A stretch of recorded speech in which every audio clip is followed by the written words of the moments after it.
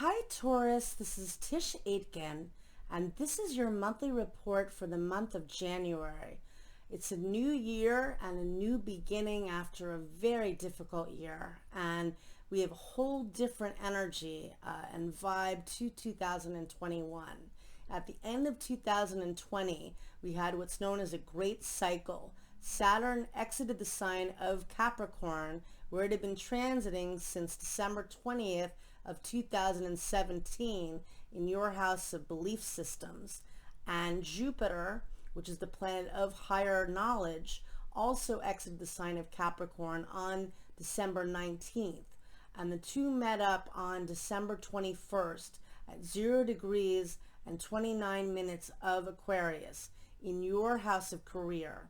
And this is a really big time for you professionally and for your life goals and what you want to accomplish. Saturn will be in this house for you on and off until March of 2023. So you really want to work hard with this energy to anchor your goals and figure out what you want to get accomplished in the next couple of years.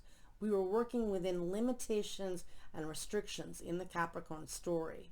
Now in the age of Aquarius, we are working with connection and infinite possibility. And let's see, and Jupiter is going to be a lot more fun in Aquarius, expanding our options for technological advancement and for connecting in so many different ways and for helping each other in a very polarized world. And it is also the Saturn return of the internet, which began in 1991 when Saturn was last in Aquarius, the age of, the sign of technology. So this is a really big time for you professionally. So let's get to it. So on January 1st, Mercury, which is still transiting in the sign of Capricorn in your house of learning, is a beautiful sextile to Neptune, the planet of dreams and imagination. And this is a really helpful energy for getting things done.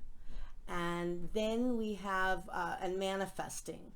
And then on January 4th, Mercury meets up with Pluto in your house of belief systems. And that can be really, and learning, and that can be really good for doing research and getting things accomplished, but people could be a little challenging with communication, so they could be a bit terse or sarcastic with that energy.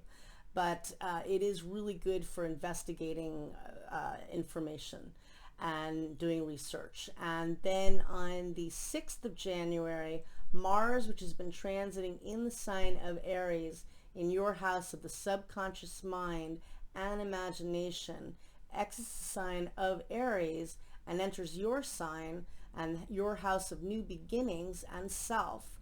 And it'll be transiting there until March 5th of this year. And that's going to be really good for you for bringing renewal and new beginnings, and good for focusing on an exercise regimen or just accomplishing new things. So that's helpful for taking action for you. And on January 8th, Mercury enters the sign of Aquarius and enters your house of career, where it'll be transiting until March 15th. And Mercury is going to retrograde on January 30th at 26 degrees of Aquarius, and it'll give you a preview of what the next few years are going to be, because Saturn's going to be in your house of career on and off until March of 2023, and Jupiter will be there on and off until December 29th of 2021. So this is a big deal, you know. And then on January 11th, we have a really beautiful energy.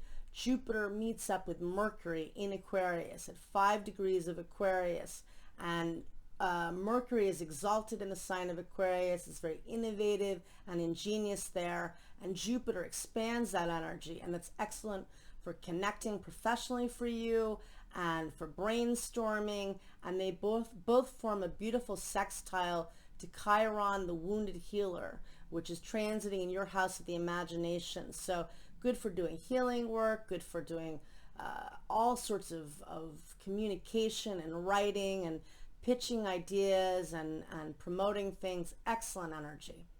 And then on the 12th of January, things get a little bit more challenging because Venus squares Chiron, the wounded healer.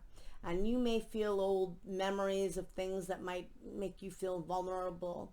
And that day, Mercury, which is the planet of communication, squares Uranus in your sign. And that can be brilliant, but it can also be very chaotic, and you may feel a little bit nervous or anxious with that energy. So just recognizing that that is going on that day. And then the following day, on January 13th, there's a new moon that takes place at 12 a.m. Eastern Standard Time at 23 degrees and 17 minutes of Capricorn. And that falls in your house of promotion and publicity and teaching and learning. So it's a great time to initiate new beginnings. A new moon always is, but that's going to be a really tough new moon because Mars in your sign is going to square Saturn in Aquarius, and that they're both fixed signs. They're stubborn, and Mars square Saturn already is a very restrictive feeling. It feels held back, so that can be, kind of tough, and that's inherent in the new moon energy. So not to mention actually that it's only a degree off from the Saturn-Pluto conjunction that took place last year on January 12th at 22 degrees of Capricorn in your house of belief systems and learning and publicity. So you've been, really going through a lot of, speculation or soul searching perhaps with the last few years, with Saturn and Pluto transiting in that house, and then Jupiter in the last year. But this new moon sets off that energy, and for all of us sets off what changed the world and really brought a lot of endings and loss and difficulty for all of us. So not easy energy. And on the following day, on January 14th, Uranus stations direct, and that's another big deal, and that can make things seem very chaotic because Uranus is the ruler of the sign of Aquarius, and we feel that energy 5 days before and 5 days after, and that can be very unpredictable. Expect the unexpected. And on that day, the sun in Capricorn meets up with Pluto, and that can bring endings and challenges as well. So it's going to be, the middle of the month is going to be will be frenzied and chaotic. So just expect that, because you're not somebody that likes a lot of change necessarily, or you want things kind of more status quo, and it's not going to be in the middle of the month. So just got to let it ride, as much as you can with all of that, because a lot will be happening. And then on January 17th, Jupiter in Aquarius squares Uranus and Taurus, and that can bring unexpected opportunities. It can expand this whole narrative of chaos, but it can bring unexpected financial opportunities, and that can be kind of exciting, or opportunities for learning. Can be very innovative for thinking and brainstorming as well. On the 20th of January, Mars meets up with Uranus in your house of self and new beginnings, and be careful of that can be being accident prone in your first house, and it can be where people can be very combative. They can lose their temper very easily with that. So just kind of also just take it easy with that energy. On the 23rd of January, we have beautiful energy. Venus in Capricorn forms a beautiful sextile to Neptune in Pisces. And Neptune is transiting in your house of friends and networking and community. And that could be really good for making connections and manifesting and just positive energy with people, and romantically and socially. So that's a nice energy.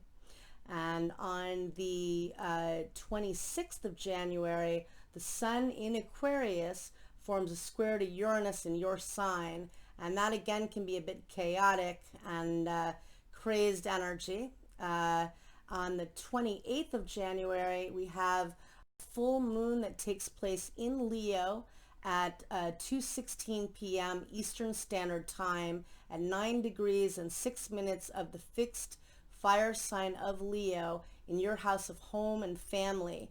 And that ending to certain things that you've been working on. That full moon will also be pretty intense because Venus meets up with Pluto in the sky, and that can be very emotional. It can be romantic and passionate, but it also can indicate endings, and certainly a full moon is a completion. And just 2 days after that, Mercury retrogrades at 26 degrees of Aquarius in your house of career, and they'll station direct on March 5th. So you're going to be going through a review period and reassessing what you want to achieve, what you need to learn, because you really got to upgrade your game the next few years with Saturn in Aquarius. This is about really seeking knowledge, learning in so many different ways, and a technological revolution for all of us. So it'll bring a lot of virtual possibilities as we rebuild the real world. So I wish you a lot of luck, Taurus. It's been a crazy year, and you are in a big career cycle. So good luck. All right, take care. Bye-bye.